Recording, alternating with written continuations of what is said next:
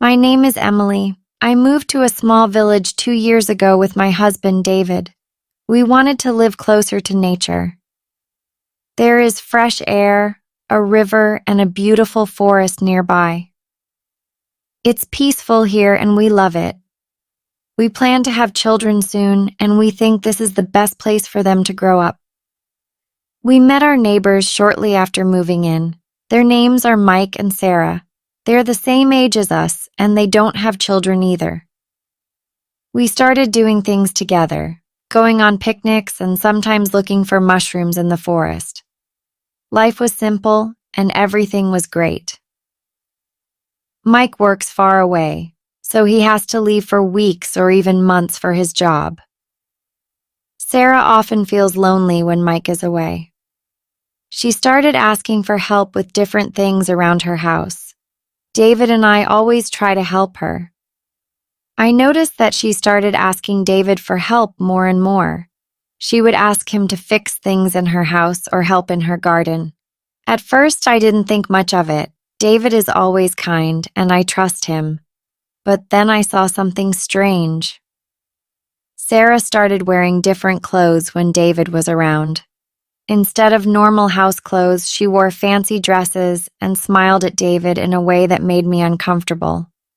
I tried not to worry, but deep down, I felt uneasy. David didn't seem to notice anything at first. He thought he was just helping a neighbor, but then he started staying at Sarah's house longer than usual. I would wait for him, wondering what was taking so long. He told me he was just helping with small things, but I felt like something was wrong. One day, I asked David, "Why do you spend so much time with Sarah?" He looked surprised and said, "I'm just helping her out. She needs help with the house because Mike is away." I nodded, but I didn't feel better. I started to watch them more closely. When David went to Sarah's house, I would find reasons to visit too. I wanted to see what was going on. Every time I went over, Sarah acted like everything was fine, but I could see how she looked at David. It wasn't just friendly anymore. There was something more in her eyes, something that made me uncomfortable. One evening, David came home late again. I asked him why he was late. He told me he was helping Sarah fix her car. I didn't believe him. I didn't say anything, but I knew something was going on. I couldn't stop thinking about it. I started dreaming about Sarah trying to take David away from me. I woke up feeling angry and scared. I knew I had to talk to David again, but I didn't know how to start. One day, I saw David and Sarah talking outside. They were standing too close, and Sarah was laughing. My heart started beating fast. I couldn't take it anymore. I went outside and asked them what was going on. Sarah smiled at me, but it wasn't a friendly smile. "Oh, Emily, we were just discussing the garden," she said. I looked at David. He didn't say anything. He looked guilty. That night, I told David how I felt. I told him I didn't like the way Sarah was behaving or how much time he spent with her. David was quiet for a while. Then he said, "I'm sorry, Emily. I didn't realize it was bothering you so much." I felt a little better, but I still wasn't sure if I could trust him completely. From that day on, David tried to avoid Sarah. He stopped going to her house as often, and I noticed that Sarah started spending more time alone. Weeks passed and things seemed to go back to normal, but I still thought about what happened. I trusted David, but I didn't trust Sarah. I knew she wanted something more, and I was glad I said something before it went too far. Even though David promised to stop helping Sarah so much, I still felt uneasy every time he went outside. I worried that Sarah would come by. I didn't want to be the kind of wife who always watches her husband, but I couldn't help it. One day, Sarah came over to our house. She had a cake in her hands and smiled sweetly.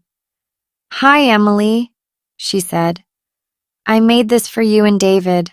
I hope you like it." I smiled back, trying to be polite. "Thank you, Sarah," I said, taking the cake. "Is David home?" she asked, looking around me, trying to see if he was inside. I wanted to say no, but I knew David was just in the next room. "Yes, he's here," I said, feeling my heart beat faster. "But he's busy right now." Sarah looked disappointed but quickly smiled again. "Oh, okay, I'll leave you two to enjoy the cake. Let me know if you need anything." She waved and left.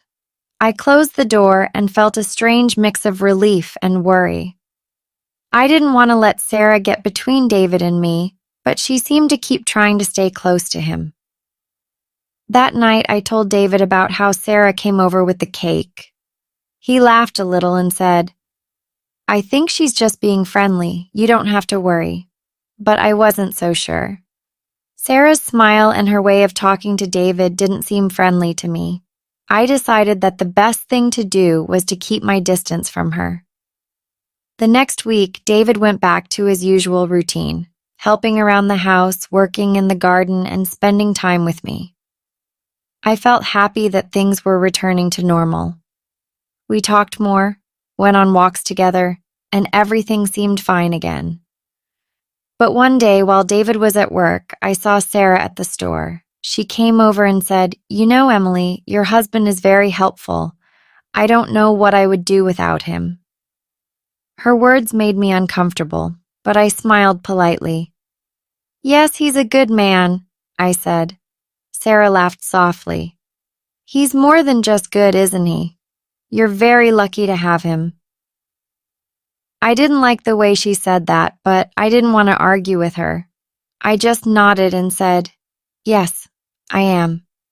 For the next few weeks, Sarah didn't come around as much.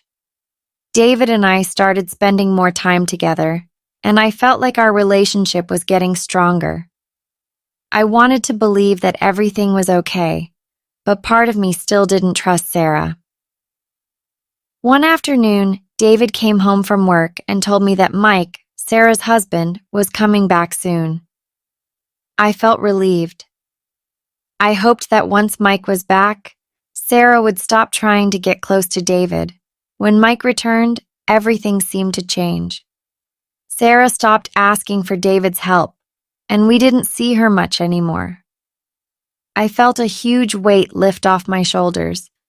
It seemed like the problem had solved itself. David and I continued to enjoy our life in the village. We went on trips together, worked in the garden, and talked about starting a family. I was happy again, and I started to forget about the whole situation with Sarah.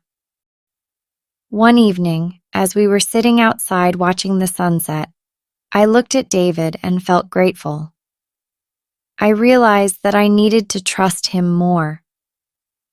He had always been there for me, and I knew he loved me. I didn't want to let my fears ruin what we had. I turned to David and said, "I'm sorry if I ever doubted you." David looked surprised. "Doubted me? Why?" I smiled. "Because I love you, and I know you would never hurt me." David took my hand and said, "I love you too, Emily. I would never do anything to hurt you." From that moment, I felt peace in my heart.